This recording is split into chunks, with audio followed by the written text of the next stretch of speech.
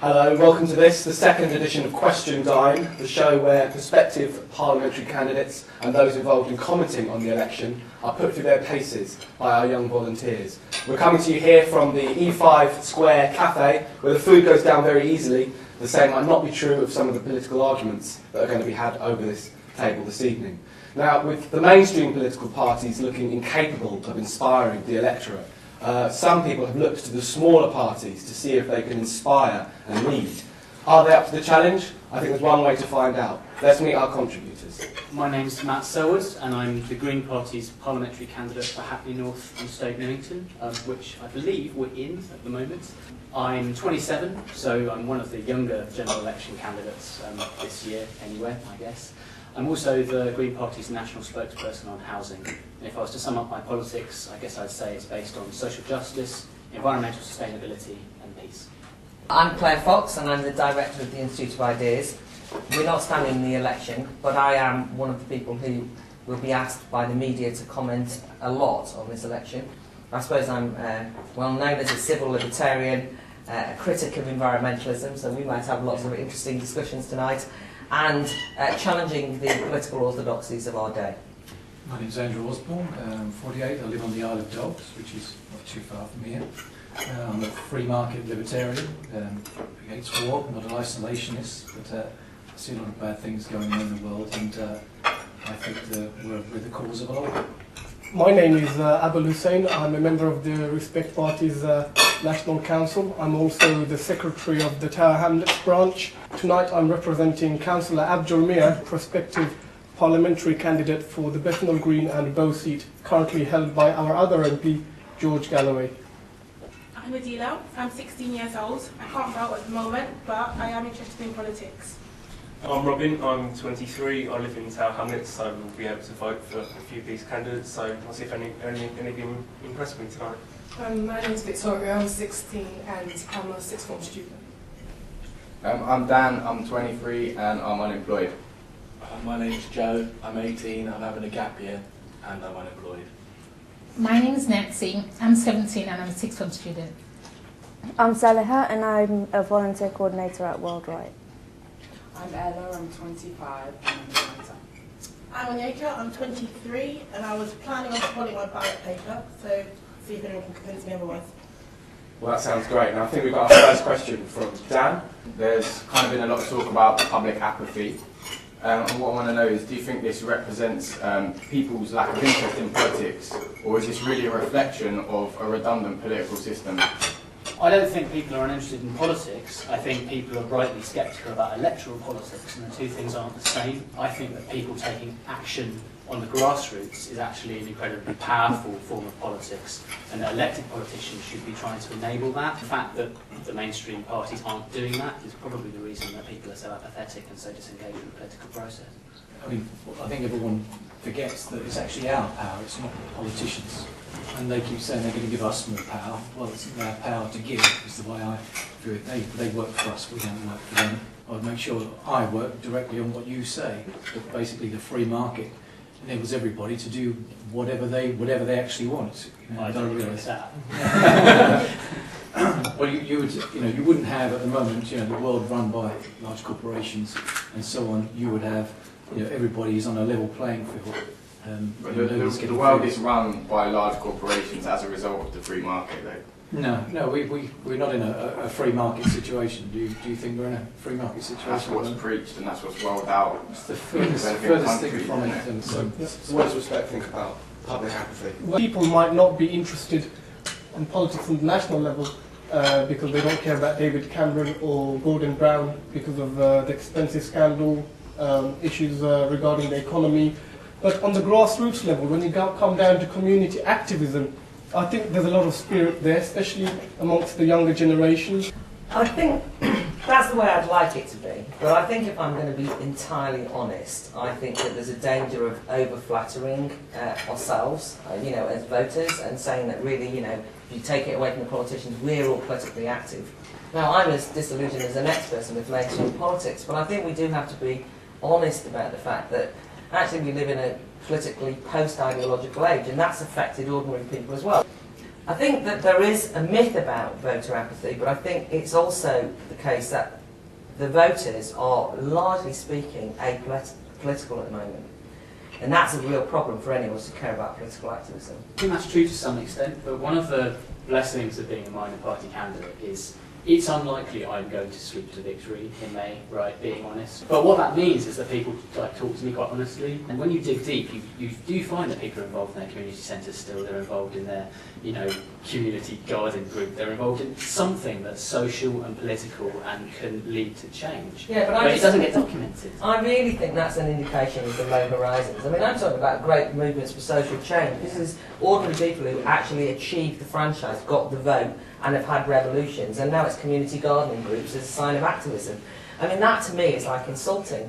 And it's no, it's not where the roots come from. The roots come from your mind, from your intellect, and from the power of reason, and some ideologies, and some theories, and people, ordinary people, sitting around discussing high levels of philosophy. That's historically what the working class did. If you look at places where we have associated with kind of radical politics, be it student unions at the one level, trade unions at the other level, or even kind of riots on the street, let's be entirely frank, they're not there, are they? I think just talking about people in my specific age group, be 18-year-olds, people I know, my friends, I find it really interesting to note that the lack of political conversation there is. I guess there's a dissatisfaction, but it has no kind of outlet. And I find it shocking considering we've got the internet and we can communicate better than almost anyone else can. We're kind of generally as well educated as anyone has ever been, and yet there's something that's really, it is apathy, but it's not deliberate, I don't think. What is there to vote for? And if we were inspired by the politics and the things that were out there, people would go out and vote. I don't agree. I think that the most inspiring examples of political action are local, and they have their roots in people talking to each other, ordinary people talking to each other and taking constructive action. And when I talk to people, I say, if you vote for me, I'll do my best to support your communities. I will do my best to empower you with budgets, with all the resources that the political state has. But it's up to you and your neighbours to get together and organise and to hold me to account. It's not for me to say, oh, I've given you this. It's for you to say, we demand this of you, and if you don't do it, we're going to get rid of you. Surely they should just cut out the middleman and do it themselves and don't even need you. I hope so. Yeah, I hope so. If that's what you're advocating, and it should be all about local politics and people getting down and doing it in their local communities, you don't really need a representative like you to do it for us. Yeah. Well, I don't think I should do it for you. I think you need a coordinating system, which is why I think you need representative democracy. And why do you need your elected representatives? At the end of the day, funding could be an issue, or legislation could be an issue, and you would relay that back to them. So your local MP would go and lobby central government for more funding for the activities that you want to do, which the community is interested in, and that's why you need some sort of system there to represent the views of the people in Parliament. Everybody is talking about the people. I mean, the Tories talk about localism. I mean, they sound very similar, and it's not meant to be an insult. I'm just saying, it's a flavour of the month. Sure. Consultations, when Gordon Brown launches his new politics about giving people power, all this thing. I think there's a serious danger of them just abdicating responsibility. Kind of, we can't decide, you tell us what to do. Now, that to me is the antithesis of politics. It's a real negation of politics, because the idea of politics is that there are competing visions of society, and that those competing visions fight it out, as it were, in the public square, and the public, all of us, decide which is the most compelling vision. So I don't really care if there's local community groups sitting around chatting. I mean, what are they chatting about? For me, it's what are the big issues of the day? What do you think about freedom? What do you think about immigration? What do you think about the attacks on civil liberties? Do you support this war? They are generally based on prior ideological, philosophical differences. Big differences. How you view individuals, how you view history. There is a problem if you kind of put process over content, and if you're constantly saying to the people, you organise, let's all get together. But it's organised around what? I mean, what kind of world do we want to organise around? We're capable of organising the local community fair, but should we have nuclear power stations? Should we have a third runway at Heathrow? Who's going to build the roads? How are we going to deal with So, Afghanistan? I just wanted to ask you all what if there are any changes you make to the economy to create wealth for all. I can answer that one. I would abolish the income tax system for a start, so you all keep your money. It doesn't belong to the government, it's yours. You spend it on your projects, not on the projects that they tell you they're going to put into place. That way you create the businesses around you and the economy around you, and you've got less money to borrow, you don't have to borrow from banks. What would you privatise? What would I privatise? Yeah. No, I'd abolish the income tax system. So what would you replace, like, how would you fund social welfare? I would replace it with nothing. You've got the VAT, the business taxes, business rates is more than enough to cover a small government. I should start out by saying I'm for a very limited government. So you're up for privatising healthcare? No, I would do a voucher system or a system that somebody else, where you actually say what goes on in your hospital. You're not happy with it at the moment. Well, I mean, you talk about ideological debates, and this is a pretty big one. I think we're on opposite ends of the spectrum. The Green Party and I support a progressive tax system with much higher taxes on the wealthy.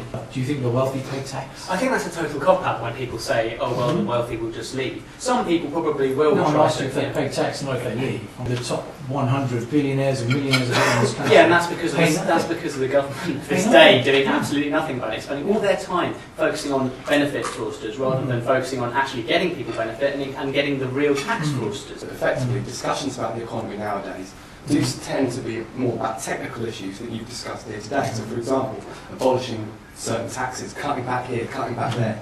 When are we actually going to start having the decent discussions about how the economy is going to shape the society we want to live in? Why isn't that happening today? Well, I think, do we have an income tax or do we have a high income tax on the wealthy is a fairly big ideological gap, and that's a pretty important discussion to have because it funds into what kind of government do you want, how big a government do you want, and what does it do. I'm in favour of quite a big government. It's the classic example what we just saw with the banks. If that was a free market system, those banks would be gone. You wouldn't have had to pay for their bailout, you wouldn't have bought all that rubbish stock off them. They would have been gone, and other decent, efficient banks who would be looking after their customers would have sprung up in their place. Very good insight when a debate about politics gets reduced to tax as to why the electorate might yawn. But I do think they're the narrowest example of ideological differences. So what I would suggest is, what we might have to do is to work out how we can have economic growth. I've just come back from India, where there's huge dynamic economic growth, an atmosphere of incredible enthusiasm amongst young people, mass poverty, millions of people living in slums. I'm not trying to gloss over the problems, but a sense that society is going somewhere. And then you come back here and you think, oh God, and then what's on around back with the income tax. And you do think, well, what is it that is made in Britain? What are the plans for developing the British economy? And I think that's what's gone horribly wrong, is that we've become ambivalent and pessimistic about the gains of economic prosperity. How would the Respect Party create wealth in the UK? Right now, all the mainstream parties are talking about cutting public spending. Now, that's not a great way to create wealth, is it? Because, I mean, you're just taking money away from people. You're saying we've got quite a bit of money left in the pot here. When no new wealth is being generated, it's just going to hit the working class the worst. Now, the way we would create more jobs, more opportunities, is not by cutting public spending, but investing more in public spending, creating jobs in the third sector, creating new training programs within the local communities. But if you were building, look, if you were developing the economy, you might actually think, well, okay, we're going to have to improve the infrastructure. We need more energy, for example, just right. People are threatening. Right, build the nuclear power stations, right? They're real jobs. Made up, training jobs in the third sector is just a very limited way of seeing it. And my concern is, I know that, when we say public sector cuts, obviously people immediately think, God, that's going to affect ordinary people. And any of us, because we're all kind of progressive one way or another, don't want to see that happen. But I'll tell you, there's an awful lot of jobs in the public sector wouldn't mind going. I mean, there's so many therapists work in education now that you can get rid of them for a start off. Look at the database state. The database state is run by the public sector. Right, all of this sort of Big Brother activities, vetting parents, vetting people and so on, that's all public sector. But what I'm saying is that's public sector money, right? That is not investing in jobs. So what I would say is, don't let's be sentimental based on the idea that if you cut the public sector immediately, Granny Smith is going to end up without a home. I think a rational discussion about what the public sector can do, should do, and all the rest of it required, and sometimes there'll be cuts at the end of that. On the other hand, I do think the state should invest, but I think they should invest in major roads. Would you abolish the monarchy and or the House of Lords? Yes, I would abolish the monarchy. I think it's an absolute disgrace in the 21st century that we're ruled by a hereditary family who have essentially no qualifications to do so, and actually still have some powers in our unwritten constitution, which is quite terrifying. And I would abolish the current House of Lords and replace it with an elected second chamber, elected proportional representation. I've always thought of the monarchy as a traditional English thing. So when I think of the monarchy, I think they could stay there, but I don't think they should have any constitutional power. I don't think they should have any say in what the government does. How they could just be there as a traditional part of England. Yeah. Do we need them there as a traditional part of England? Not really. The instinct behind abolishing the House of Lords and the royal family is brilliant. But there's an awful lot of unelected powerhouses emerging from Lord Peter Mandelson through to, in fact, the body that's now going to decide on the wages of MPs, which I know has become popular to say they need outsiders deciding, i.e. the people that we elect. This is going to be an unelected group, and there's increasingly unelected powers dictating what happens in the House of Commons, and the House of Commons is us, and therefore I don't want those people in there. What do you think about us being overpopulated and the resources we have, and can we cope with it? Andrew, the more the merrier? It's very crowded where I live in London, just down the road here, and it's I find it quite stressful and thinking of moving out of it later on. But I don't think you can, the way the population is going, I think it's running at 2% per year. That means it's going to double in 35 years. So what are they going to do then? I actually believe that immigration controls are far too strict in this country, and that the stress of people who are living in one of the richest countries in the world doesn't actually compensate for the stress of very poor people who are often very poor people who are trying to get here. And in fact, we're incredibly rich, and we're mostly rich because we've stolen resources over a period of centuries from other countries. We have a duty, actually, to allow people into this country. And also, we're not that crowded. There are still vast swathes of Britain where you can see absolutely no one at all. I'm talking about shutting our borders. I mean, I come from a different point of view. I travel all over the world to meet people. I love, to meet lots of different people. It's always been something I wanted to do. I've done loads of backpacking through Central America and stuff like that. But I just view it as, when people want to come here, my question is, why is that? Why is it that we've got everything and they don't have the same as us? And the way I look at it is, if we traded with these countries, instead of giving them aid, traded with them, you would develop their own economies, and then people would be less inclined to want to come over here. The thing is, if you agree that there are too many people in the world, you're talking about global population, when it's based on Thomas Malthus. Sorry, the ideas of Thomas Malthus that there were a surplus of population back in the 19th century were completely discredited because he said that food production couldn't possibly rise as fast as the number of people in the world. But we've proved it wrong for 200 years. Industrial production in food, in every area of industry is completely disproved the population scaremongering. My views on population are not based on Thomas Malthus at all. I don't think we're about to run out of food. They're based on a logical calculation that we live on a finite planet, not just in terms of food, but in terms of the material resources we have, and that if you have a certain level of economic development times a certain level of people, eventually you run out of resources. I don't think that you can in any way tell people not to have children. In fact, the most powerful thing you can do in terms of population is empower women, because it's been proven time and again that when you empower women and that you have solid and powerful family units which respect women, actually population rates fall. Matt, what you're still doing is what Rob just said. You're seeing people as a problem rather than a solution. No, you are. Underneath all of what you just said, that's what you're doing. Because you just said, we live on a finite world, and you mentioned resources and blah, blah, blah. What are resources if we don't make a use out of them? So people are the solution. Something like copper or oil, right? Until we discovered it, it wasn't even a resource. There's an argument which says that we will essentially innovate our way out of the problem of resource growth, right? The problem is, if you look at statistics over the last 50 years, you see that we are innovating our way, but that our economic growth and our population growth is far outstripping and has been far outstripping for centuries. We do live on a finite planet. That's clearly a logical statement, it's true. if you have enough people and you have enough people consuming enough stuff, eventually you'll have massive externalisation problems in terms of environmental issues. Do you actually think that countries such as India and China should stop the economic developments that are going on? Do you think that they should stop what they're doing, producing the materials, the things they're producing, so that our planet can be more healthier? Is that what you're I saying? think we need a massive redistribution of wealth from the West to the developing world. There are quite a number of countries which need to grow still to get to that average, and there are a number of countries that need to recede. And I do that through contraction of convergence, which is a model that's been come up to deal with climate change, which really mathematically says we have this amount of time to contract our economies. These people need to converge up to that point because they're desperately poor, and we need to redistribute wealth. I agree with a lot of stuff that Matt has said, probably because our parties are on the same end of the political spectrum.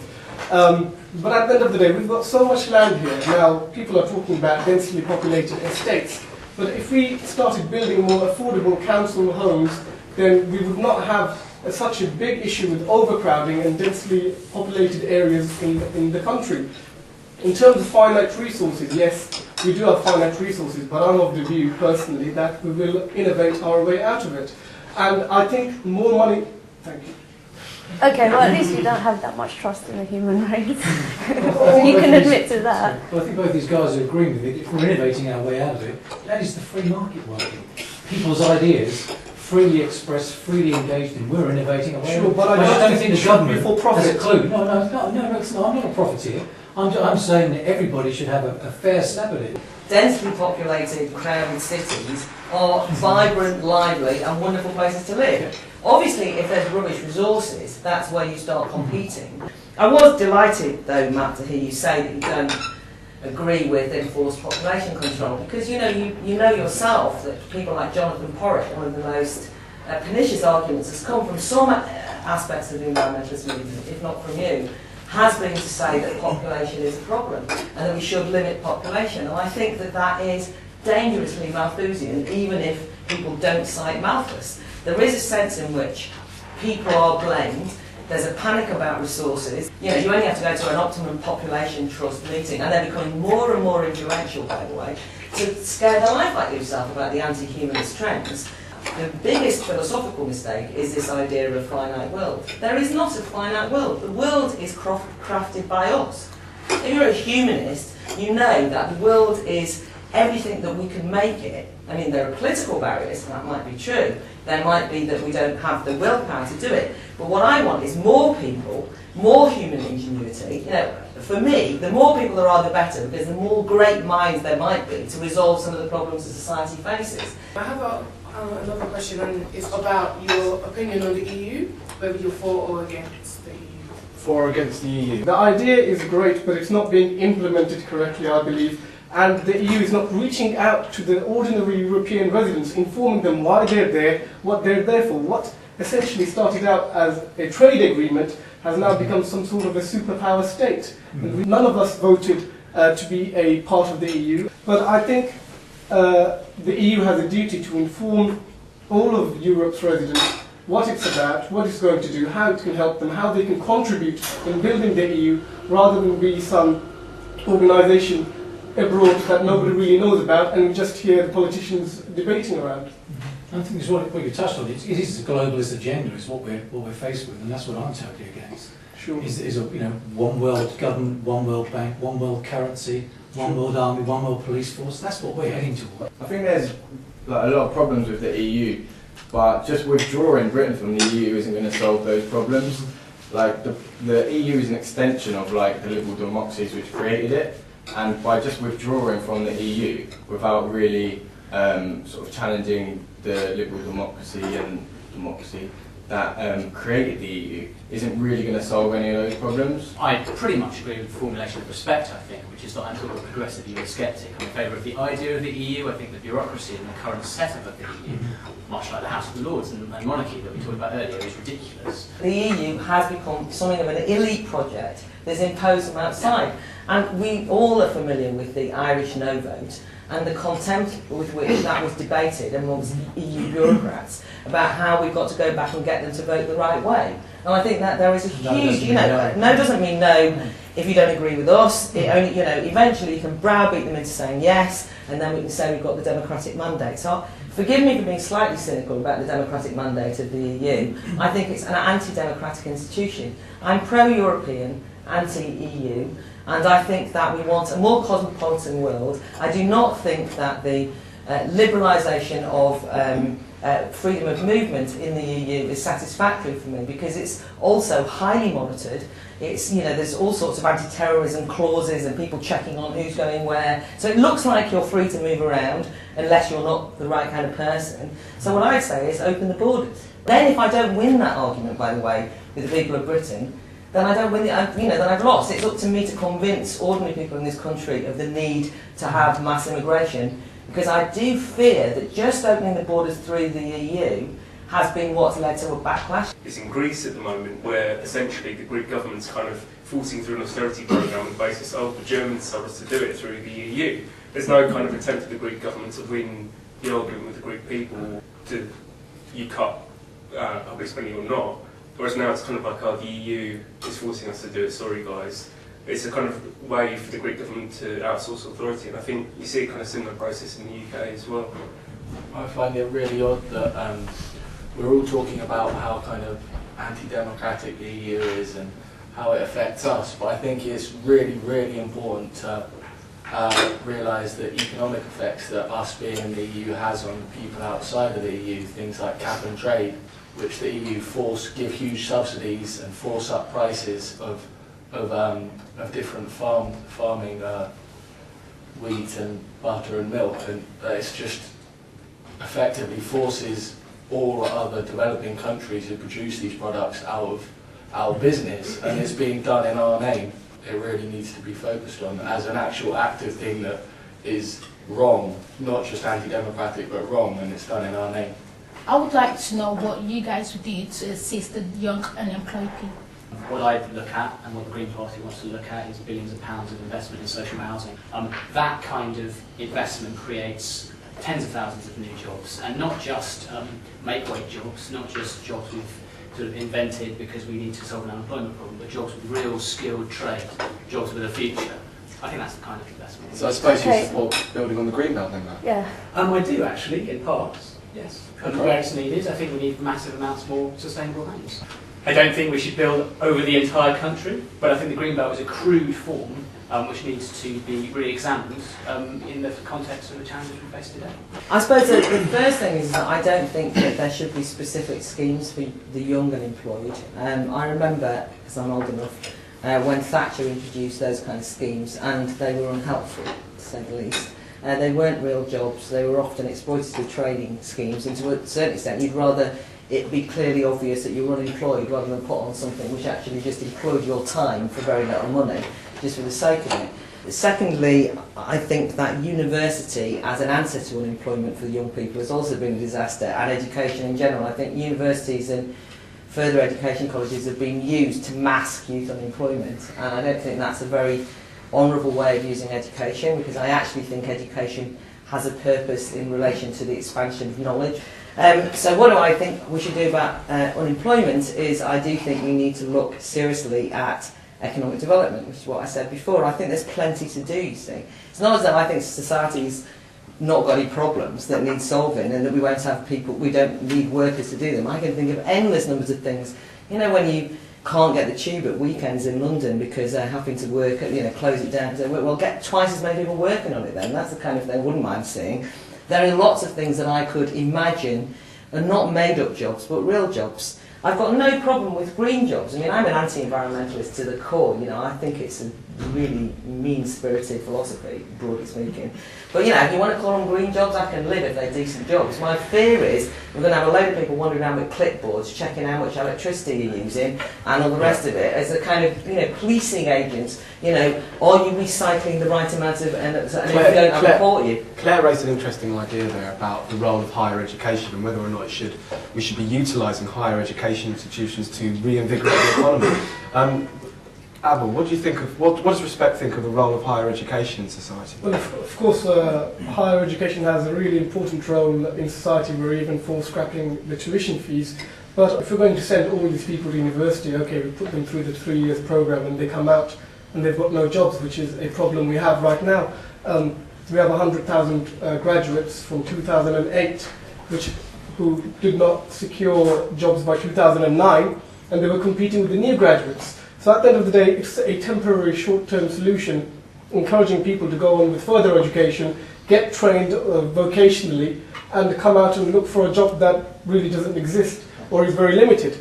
How do we create more jobs? Yes, we agree with the new Green Deal that has been proposed by organisations such as Greenpeace and Friends of the Earth. And what it really stems down to is public spending on the infrastructure of this country, moving to a more renewable source of energy and cutting down our carbon emissions. Yeah, I'm thinking of going to university, and basically what I'm just hearing from you guys is that, oh, don't go to university, why don't you go do a vocational course, or go, and the green, there's green jobs and all that. Do you get trained for the green jobs, or do you just get trained for the green jobs? Yeah, well, you have to get trained because you have to teach people skills. So do you go to university to get trained for the jobs? Because you guys are just saying, oh, don't go to university, get... No, I think, well, I don't know about other people, but what I'm saying is go to university if you have a passion for education. Go to university if you want to learn about new ideas, if you want to discuss, if you want to expand your mind, if you want to meet new people and have exciting experiences. But the point of the university, the original point, is to discuss in a free way, you know, partly like we're doing tonight, I suppose, to try and generate new ideas. And sometimes isn't that being lost now? Rather than being, you know, going to expand your mind and learning almost for the sake of learning, it's like now go to university, prepare for a career, yeah. and you get 3 years and you have to learn these set things. Yeah, like we're getting away from what it should be all about, learning, and it's turning into a business. I agree with that, but you know, when we started off this discussion about kind of apathy and so on, I mean, it would be really exciting for me if students, undergraduates, postgraduates and young people started demanding that university was about the expansion of knowledge and not about employability. But at times, certainly in my experience, that I've seen people go out and demand stuff. Just one example, people demanded not to go to war, and it happened. Well, I mean, I've got an example of when campaigning works. Might not be universally popular around the table from what I've heard, but when I was at university, we got together, like some undergraduate friends and me, formed a campaign which was going to try and persuade Oxford, which is where I was, to buy renewable energy rather than oil-based energy. It's the 7th biggest purchaser of renewable energy in Europe now, and that was like down to our campaign. It was like hundreds of students doing things. And yeah, it wasn't stopping the war, and we didn't do that, and I was involved in that too. But you can actually change things by demonstrating and putting pressure on people. Do you see the difference though? Like, it's not the fact that they're comparable, as in they're the same thing, but it's the fact that they're clear examples of when the most amount of people I've ever seen have got together and said, no, we don't want this, and yet it's happened. I think you've got to be really careful about that. On that basis, nothing would have changed historically. I mean, can you imagine the suffragettes going out, have one demonstration, get dragged off by the police, you know, thrown in prison, all the rest of it, and they go, oh, we tried it once and never took any notice. I've got a question. I want to know your opinions about the government's legislation about hate speech. So hate speech legislation, big topic. Mm-hmm. I'm one of these strange people who I don't have time for racists. I don't have time for the whole topic. I just think it's more about what people are picking on each other. It's, for me, it just seems a pointless operation. I know that it does go on, but I've got a very good Pakistani friend who says he's never experienced racism in his whole life. He said he knows it goes on, but he said he's never experienced it. The question was, do we repeal hate speech? Well, I just think it's a step in the wrong direction. If someone's rude to somebody, it's their issue with you, you know, and I could say many things about Europe, and you could say things about my hair or something like that, and it could be taken in the same sort of context, couldn't it? But I just think, what are they doing legislating against it? You know, it just seems like the government's interfering again. You know, I think if there wasn't that pressure on there, people would get on a lot better with each other. You know, and I think that's the way forward. Not to legislate to say you must. You know, it just adds something on there that I just don't think that's human, really. So I mean, Andrew's saying that we should be able to say whatever we like. We should be able to incite racial hatred. We should be able to incite violence against people. I didn't say that. I'm sorry, that's the question. Should we repeal hate crimes? Well, yeah, I know, but I didn't say any of those last things you said. No. So you can't give me that. I didn't say. I was drawing out the implication of what you were saying. Well, everybody's entitled to their own views and freedom of speech, but that has to be, it's a qualified right. You can't go around saying what you want, when you want, and stir up hatred or any sort of tension, regardless if it's racial, religious, or even territorial, as we have some turf wars in London. What's been happening is the government's been using the hate speech legislation to ban small Islamist groups who, if you look at this on the surface of it, they are not really encouraging anything. Okay, they might have views that we do not agree with, but the government's been prescribing it just due to public pressure. So we have to be very careful in how we use such legislation. You said it's sure. Qualified. You don't believe in freedom of speech, basically. No, of course no. I do believe in freedom of speech, but it's a qualified right, because you cannot go out and say whatever you want. Yeah, which is not called freedom of speech. The whole essence of freedom of speech, even under the European Convention of Human Rights, is that it is a qualified right. You do not have the right to go... Yeah, but it doesn't matter what the European Convention... It is largely considered not desirable to have absolute freedom of speech. You can't go into a theatre and shout fire, for example. That's a qualified right. Sure. Well, that's an example. That's freedom of speech, but it's clearly causing harm and violence and death to people, so you don't do it. And I think really about... Well, if you cause a stampede and people die, yeah, it does. You can't be totally irresponsible with freedom of speech. So where I draw the line, and I think probably the same as where the Respect Party would, is you can't prescribe thought. There is no, and should be no thought crime. So you can't just say we're going to use this legislation because it's convenient and we don't like what you think. But you can say, okay, you stood in the public square and told someone to lynch someone. We're doing it. I think that's perfectly reasonable. I think it looks at the crowds in a very kind of patronising way. So most of us probably watched Nick Griffin when there was some question time a few months ago, but I didn't go out and join the BNP. Did anyone else here? I don't, you know. And I would listen to radical clerics. I don't want the government telling me. I want to hear what they have to say. I want to hear what Jerry Adams had to say. I couldn't stand that when you heard his voiceover, or you just got him miming the words. I want to hear. I don't want the government telling me who I can listen to, what I can listen to. That's up to me to make my own judgments. If you have an informed and alert people, you don't need all that stuff. And we know when someone's pulling the wool over your eyes, or we used to. I don't think we know now, because the government's pulled the wool over our eyes, categorically.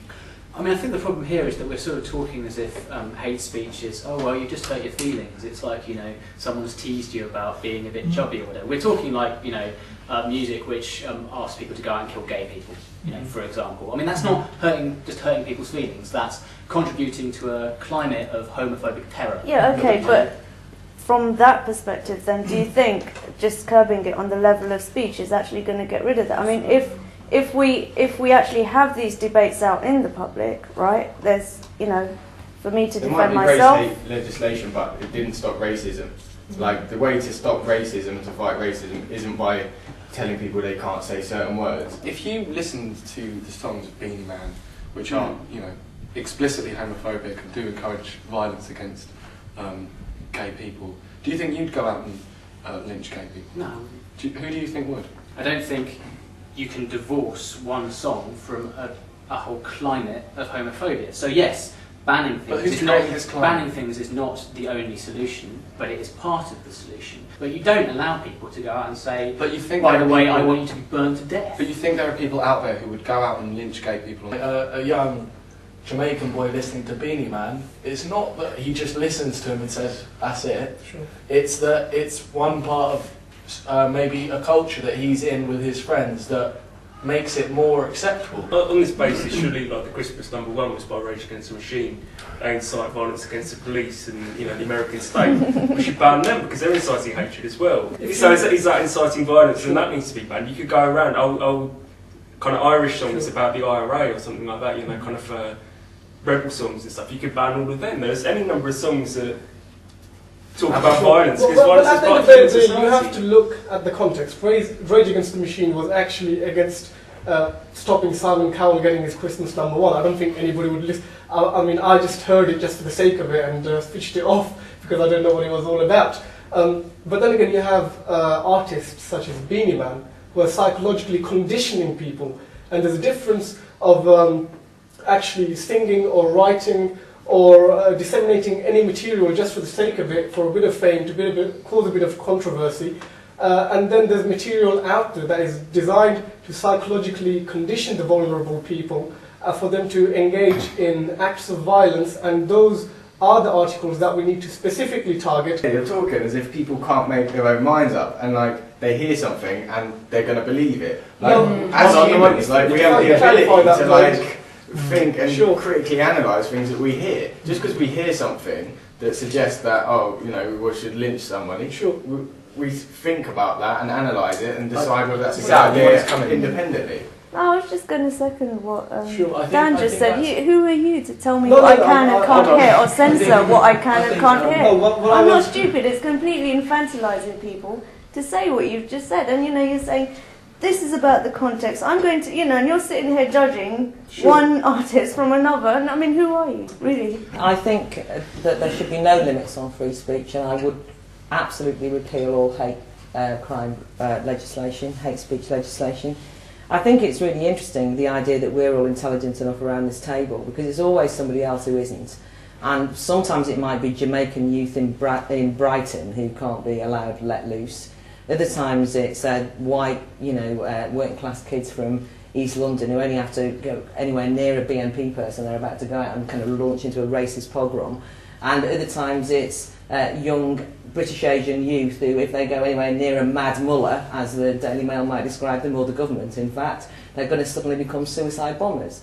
And I think that what it generally indicates is a contempt for the audience, an elite contempt for the audience, and I do think that all the political parties should keep well away from this, right? Because you're going to get done under it. I mean, the idea that this is a misuse of the legislation when it's used against Islamicist groups from respect, that's a joke. It's not a misuse. It's exactly what the legislation is designed to do. You say anyone who incites hatred that we, the government, has decided is hateful, we will actually criminalise. There's an awful lot of things that I say that people would love to ban me from saying, and I say things which are hateful. There are people and groups and ideas that I hate, and I'm not embarrassed to say so. I think that's part of a strong political discourse, by the way. I think that there's a danger that we're creating a victim mentality. And we all know that there's now queues of people, all different types of people, who are queuing up to shout offence. And that has an absolutely paralysing and stifling atmosphere on society. And we all know that we're walking on eggshells. We're frightened if we say the wrong thing. Doesn't mean you're solving the problem of racism, doesn't mean you're fighting for gay equality, doesn't mean that you're dealing with the fact that there are some young British Asians who are attracted to radical Islam, which I would rather they weren't. But then I'll have that argument out, and we'll make that decision. And that really is politics. And that's the kind of thing that I'm afraid political parties are betraying us on. Okay, well, that's all we've got time for here on Question Dine on WORLDbytes. Thank you to all our contributors, our political commentators, prospective parliamentary candidates, and of course our volunteers. Please feel free to leave your comments on any of the issues we've discussed here tonight. I'm sure there's a lot to get you thinking. Thank you, and join us next time.